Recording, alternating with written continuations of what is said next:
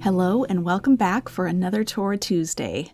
Today we are diving into Exodus chapter 15, and before we get into any of the details of the verses of the song that is sung in Exodus 15, I want to take a step back and look at the wider questions around this song. We have some literary things to talk about and some historical things to talk about. First of all, literarily, it's somewhat unique that we have a prose account, that is a narrative that describes the sea crossing and the defeat of Pharaoh's army at the sea, followed by a song that retells the story in poetic form. And this combination of prose and poetry is somewhat unique in the ancient world.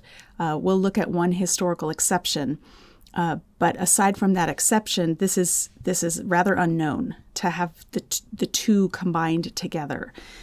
Many scholars describe Exodus 15 as the oldest poem in the Bible, or the oldest song in the Bible. Carol Myers says this. Frank Moore Cross talks about it as being a very ancient poem.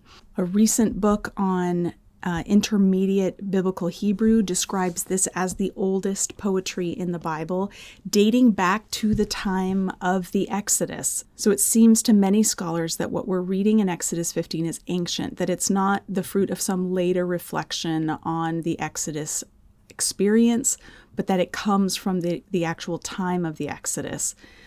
Oddly, there's barely a hint of the sea crossing in the song. The song focuses on the defeat of Pharaoh, and we'll consider some possible reasons why that is. Many critical scholars would explain that as two different traditions, one in which Israel crosses the sea and another in which it's just the defeat of Pharaoh at the sea, and that those are later combined to sort of create this composite account. But there may be other reasons at work that could explain why the song does not focus on the people crossing the sea. So in order to set us up for that, I want to first list a number of shared words, rather technical words, between the narrative and the song. So we know the song is old, and we're looking at these two accounts side by side, and we notice they both mention horses. They both mention the driver. Some translations have rider, but people didn't ride horses back in this time period. So the right way to understand this word for rider would be the rider of the chariot, that is the driver of the horses. Chariots are also found in both accounts. Chosen officers are in both accounts. The army, God led them. The Sea of Reeds is in both accounts. The concept of salvation, the sea itself covering the army. The verb stretch out occurs in both accounts. Hand occurs in both accounts. And in Hebrew, there's a separate word for right hand, and that occurs in both accounts. And the word strong as well as the word wind. So that's a pretty good list of key terms that appear in both versions of this event. Not only is the song connected with the narrative of the event, but it also has connections with the signs and wonders that we've already discussed. For example, the word swallowed, as the sea swallowed the Egyptians, is the same word that was used to describe the swallowing of Pharaoh's staff-turned serpent back when Moses and Aaron first appear and first have the showdown. I believe that's in chapter 7. The word covered, for here the waters covered the army of Pharaoh, that reminds us of the frogs and locusts that both covered the ground in Egypt. The word stubble occurs in the signs and wonders and here. Here, Yahweh consumes the Egyptian army like stubble, and stubble is, of course, what Pharaoh forced the Israelites to scatter and gather for themselves rather than providing it for the making of mud bricks. The wind in this account reminds us of the wind that drives the locusts. In fact, the locusts are driven into the Sea of Reeds, and that is precisely where Pharaoh's army is driven, into the Sea of Reeds.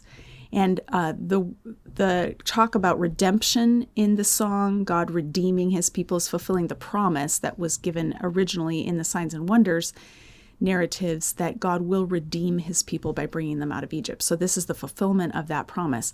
Now, the combination of a narrative and a poetic account of the same event is not unknown in the Bible. We have another example of this in Judges. Judges chapters 4 and 5 tell us the story of Deborah and Barak and their battle. And then chapter 5 gives us the song account, the poetic account of that same battle. Hannah is another example. 1 Samuel 1 tells us Hannah's story of God's provision, and then chapter 2 is her song celebrating what God provided in chapter 1. These two examples plus Exodus 15 will all be represented in a forthcoming edition of the Bulletin for Biblical Research. There's a special issue coming out on songs of women in the Old Testament. I wrote the article on Miriam's song, and some of my dear friends and colleagues wrote fabulous articles on the songs of women in Samuel, in Judges, in Jeremiah. I'm very excited for this issue to come out because I think the scholarship in it is just really illuminating. So you can watch for that. Another thing literarily for us to notice in this account, in this poetic account of God's defeat of the army at the sea, is that it picks up on the theme that scholars call Chaoskampf, which is the struggle against chaos, which is a mythical theme that you see in other ancient Near Eastern cultures. So, for example, in Ugarit, in the Baal cycle, is a famous myth in which Baal, the god Baal, defeats the god Yam, which represents the sea. Yam is the word for sea, and Yam is the name of a god, the sea god.